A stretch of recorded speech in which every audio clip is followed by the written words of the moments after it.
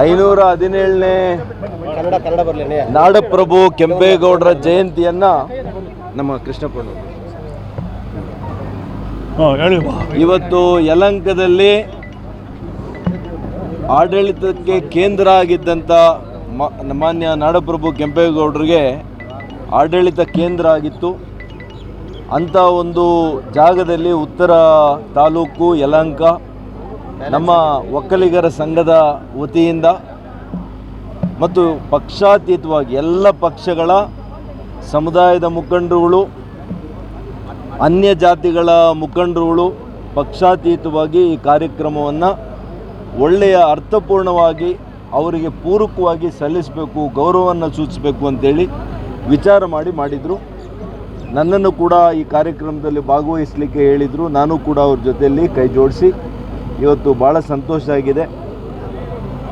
ಸಾಮಾನ್ಯವಾಗಿ ಅನೇಕ ವರ್ಷಗಳಿಂದ ಇಲ್ಲಿ ಕೆಂಪೇಗೌಡರ ಜಯಂತಿಯನ್ನು ಅರ್ಥಪೂರ್ಣವಾಗಿ ಅವರಿಗೆ ಗೌರವ ಸೂಚಕವಾಗಿ ಮಾಡುವಂಥ ಪ್ರಯತ್ನ ಆಗಿರಲಿಲ್ಲ.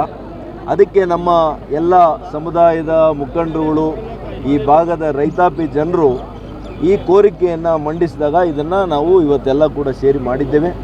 ಇದಕ್ಕೆ ಇವತ್ತು ಕಳಸಪ್ರಾಯದಂತೆ ಮಾನ್ಯ ಮುಖ್ಯಮಂತ್ರಿಗಳು ಬಂದು ಈ ಕಾರ್ಯಕ್ರಮದಲ್ಲಿ ಭಾಗಿಯಾಗಿ ಅನೇಕ ವರ್ಷಗಳ, ಕೆಲವು ದಶಕಗಳ ಬೇಡಿಕೆ ಇದ್ದಂತಹ ಒಕ್ಕಲಿಗ ಸಂಘಕ್ಕೆ ಜಾಗವನ್ನು ಕೊಡಲಿಕ್ಕೆ ಈಗಾಗಲೇ ಮಾನ್ಯ ಮುಖ್ಯಮಂತ್ರಿಗಳು ನಾವು 1 ಕೋಟಿ ಕಟ್ಟಿದರೂ ಕೂಡ ನೀವು ಅಷ್ಟು ಕಟ್ಟಬೇಕಾಗಿಲ್ಲ, 10% ಸಾಕು, ನಾನು ನಿಮಗೆ ಜಾಗವನ್ನು ಮಾಡಿಕೊಡ್ತೀನಿ ಅನ್ನೋ ಭರವಸೆಯನ್ನು ಕೊಟ್ಟಿದ್ದಾರೆ.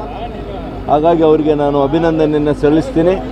ನೀರಾವರಿಗೂ ಕೂಡ ಈ ಕ್ಷೇತ್ರಕ್ಕೆ, ಈ ಭಾಗಕ್ಕೆ ಹೆಚ್ಚಿನ ಪ್ರಾಮುಖ್ಯತೆಯನ್ನು ಕೊಡ್ತೀನಿ ಅಂತಿದ್ದಾರೆ. ಹಾಗಾಗಿ ಈ ಭಾಗದ ಪ್ರತಿನಿಧಿಯಾಗಿ ನಾನು ಅದನ್ನು ಕೂಡ ಸ್ವಾಗತಿಸ್ತೇನೆ. ಆದರೆ ಆದಷ್ಟು ಶೀಘ್ರದಲ್ಲಿ ಮಾಡಬೇಕು ಅಂತೇಳಿ ನನ್ನ ಒತ್ತಾಯ, ನನ್ನ ಮನವಿ ಅವರ ಮೇಲಿದೆ ಇವತ್ತು. ಹಾಗಾಗಿ ಈ ಕಾರ್ಯಕ್ರಮ ಅರ್ಥಪೂರ್ಣವಾಗಿದೆ. ಸಂಖ್ಯೆ ಭಾಳ ಮುಖ್ಯ ಅಲ್ಲ, ಆದರೆ ಇಲ್ಲಿ ಬಂದಂಥ ಪ್ರತಿಯೊಬ್ಬ ವ್ಯಕ್ತಿಯೂ ಕೂಡ ಬದ್ಧತೆಯಿಂದ ಬಂದಿದ್ದರು ಮತ್ತು ಇದನ್ನು ಮಾಡಬೇಕು ಅನ್ನುವಂಥ ಒತ್ತಾಸೆಯಿಂದ, ಸಂಕಲ್ಪದಿಂದ ಬಂದಿದ್ದರು. ಹಾಗಾಗಿ ಅವರಿಗೆ ಬಂದಿರತಕ್ಕಂಥ ಎಲ್ಲ ಮಾನ್ಯರಿಗೆ, ಈ ಒಂದು ಸಂಘದ ಎಲ್ಲ ಪದಾಧಿಕಾರಿಗಳಿಗೆ, ಎಲ್ಲ ಪಕ್ಷಗಳ ಮುಖಂಡರು, ಈ ಕಾರ್ಯಕ್ರಮದಲ್ಲಿ ತೊಡಸ್ಕೊಂಡಿರ್ತಕ್ಕಂಥ ಪ್ರತಿಯೊಬ್ಬರಿಗೂ ಕೂಡ ನಾನು ಹೃದಯಪೂರ್ವಕವಾಗಿರ್ತಕ್ಕಂಥ ಕೃತಜ್ಞತೆಯನ್ನು ಅವರಿಗೆ ಅರ್ಪಿಸ್ತೇನೆ. ಚಿಕ್ಕಬಳ್ಳಾಪುರದಲ್ಲಿ ಅಲ್ಲ, ಫಸ್ಟ್ ಈಗ ಇದ್ರ ಬಗ್ಗೆ ನೀವು ರಾಜಕಾರಣಕ್ಕೆ ಅಲ್ಲ, ಹೆಂಗೂ ಕೇಳ್ತಾರೆ, ಈಗ ಅಲ್ಲಿಗೂ ಹೋಗ್ತಾ ಇದ್ದೀವಿ. ನಮ್ಮೆಲ್ಲರ ನಿರೀಕ್ಷೆ, ನಮ್ಮೆಲ್ಲರ ಒತ್ತಾಸೆ, ನಮ್ಮೆಲ್ಲರ ಸಂಕಲ್ಪ, ನಮ್ಮ ನಿರೀಕ್ಷೆ ಫಲಪ್ರದ ಆಗಿದೆ. ಆ ಜಾಗ ನಾವು ಅನೇಕ ವರ್ಷಗಳಿಂದ ನಾವು ಆ ಜಾಗನ ಕೊಟ್ಟಿದ್ವಿ. ಇವತ್ತು ನಮ್ಮ ಒಕ್ಕಲಿಗರ ಸಂಘಕ್ಕೆ ಆ ಜಾಗವನ್ನು ಸರ್ಕಾರದವರು ಕೊಟ್ಟರು. ಇವತ್ತು ನನ್ನ ಮುಖಂಡತ್ವ ನಮ್ಮ ಎಂಪಿಗಳು ಇವತ್ತು ಅವರ ಮೆಮೊರಂಡಮ್ ಕೊಟ್ಟು 3 ಕೋಟಿ ರೂಪಾಯಿ ನಾನು ವಜಾ ಮಾಡಿಕೊಡ್ತೀನಿ ಅಂತಕ್ಕಂಥ ಒಂದು ಭರವಸೆಯನ್ನು ಕೊಟ್ಟಿದ್ದಾರೆ. ಅದೇ ನಮ್ಮ ಕೋರಿಕೆ. ಆ ಕೋರಿಕೆ ಇವರು ಶಾಶ್ವತವಾಗಿ 106 ವರ್ಷಗಳು ಉಳಿತಕ್ಕಂಥ ಕೋರಿಕೆ. ಅದು ಚೆನ್ನಾಗಿತ್ತು. ಬಿಸಿಲು ಸ್ವಲ್ಪ ಕಾರ್ಯಕ್ರಮ 9 ಗಂಟೆ ಒಳಗಡೆ ಆಗೋಗ್ಬೇಕು ಅಂತ ನಾವು ಅಂದ್ಕೊಂಡಿದ್ವಿ. ತಮಗೆ ಗೊತ್ತಿದೆ, ಮುಖ್ಯಮಂತ್ರಿಗಳ ಕಾರ್ಯಕ್ರಮಗಳ ಒತ್ತಡದಲ್ಲಿ ಅವ್ರು ಬರೋದು ನಮ್ಮ ಕಾರ್ಯಕ್ರಮಕ್ಕೆ ಸಮಯ ಆದಮೇಲೆ ಬಂದಿದ್ದರು. ನಾವು ನಿರೀಕ್ಷೆ ಮಾಡಿರಲಿಲ್ಲ.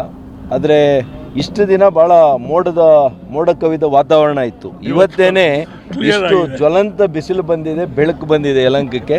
ಭಾಳ ಸಂತೋಷ. ಒಂದು ರೀತಿಯಲ್ಲಿ ಪರವಾಗಿಲ್ಲ. ಅರ್ಧ ಗಂಟೆ 1 ಗಂಟೆ ನಾವೆಲ್ಲ ರೈತಾಪಿ ಮಕ್ಕಳು ಬಿಸಿಲಲ್ಲೇ, ಬೆವರಿನಲ್ಲೇ ಬೆಳೆದಿರೋರು. ಹಾಗಾಗಿ ಇದೇನು ವಿಶೇಷ ಅಂತ ನನಗೆ ಅನ್ಸಲ್ಲ.